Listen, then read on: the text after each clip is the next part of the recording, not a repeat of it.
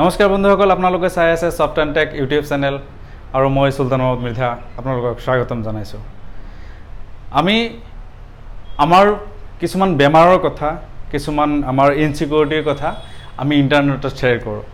সেইবোৰৰ বিষয়ে আমি ইণ্টাৰনেটত চাৰ্চ কৰি সেইবোৰৰ সমাধান বিচাৰোঁ। তো সেইবোৰ তেনেকুৱা আমাৰ ইনচিকিউৰিটি নাইবা আমাৰ বেমাৰ আজাৰৰ সেইবোৰ আমি চাৰ্চ কৰিলে, সেইবোৰ আমি ইউটিউবত জানিব খুজিলে আমি কেনেকুৱা ধৰণৰ অসুবিধাৰ সন্মুখীন হ'ব পাৰোঁ, সেইবোৰ কথা আলোচনা কৰাৰ কাৰণে আজি ভিডিঅ'টো মই বনাবলৈ লৈছোঁ।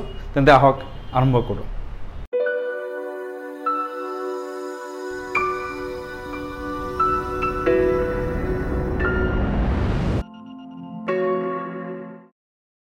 বন্ধুসকল, দেখা যায় যে আমি কিবা অসুবিধাৰ সন্মুখীন হ'লে নাইবা আমাৰ কোনো সমস্যা হ'লে, আমাৰ কিবা বেমাৰ আজাৰ হ'লে আজিকালি আমি সেইবোৰ গুগলত চাৰ্চ কৰি সেইবোৰ সমাধান বিচাৰোঁ। যে মোৰ মুখত পিম্পল ওলাইছে, নাইবা মোৰ চুলি সৰিছে, মই অলপ ক'লা, মই কেনেকৈ সেইবোৰৰ পৰা পৰিত্ৰাণ পাব পাৰোঁ, এইবোৰৰ সমাধান বিচাৰি আমি গুগলত চাৰ্চ কৰোঁ।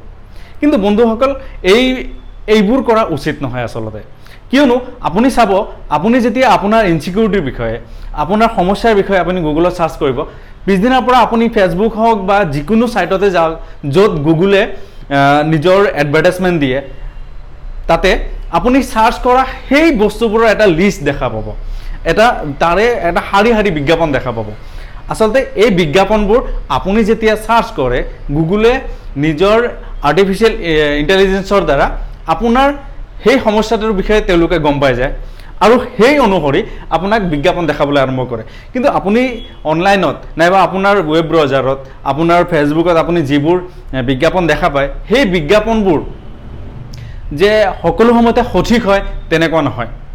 আপুনি ধৰক আপোনাৰ মুখত পিম্পল ওলাইছে, সেই পিম্পলটো কেনেকৈ তাৰ পৰা হাত সাৰিব পাৰে, কেনেকৈ ভাল হয়, এইটো কথা আপুনি গুগলত জানিব বিচাৰিলে আপুনি দেখা পাব, যেতিয়া ফেচবুক কৰিব নাইবা আপুনি কোনোবা ৱেবছাইট ভিজিট কৰিব, তেতিয়া তাতে দেখা পাব যে তাত যিবোৰ এডভাৰটাইজ ওলায়, সেই এডভাৰটাইজবোৰত আপোনাৰ সেইবোৰৰ বিজ্ঞাপন দিছে যে এইটো দিলে আপোনাৰ পিম্পল ভাল হ'ব, এইটো দিলে পিম্পল ভাল হ'ব, এইটো দিলে পিম্পল ভাল হ'ব, নাইবা আপোনাৰ চুলি সৰি আছে, সেইবোৰ আপুনি কেনেকৈ তাৰ পৰা পৰিত্ৰাণ পাব।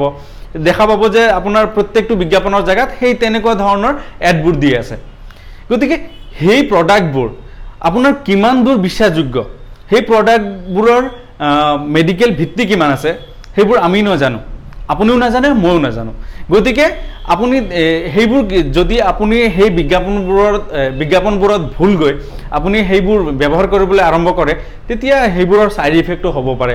আৰু মোৰ মতে সেই বিজ্ঞাপনবোৰত দেখুওৱা সেই প্ৰডাক্টবোৰ আচলতে আপোনাৰ 50% ভুৱা আৰু নকল।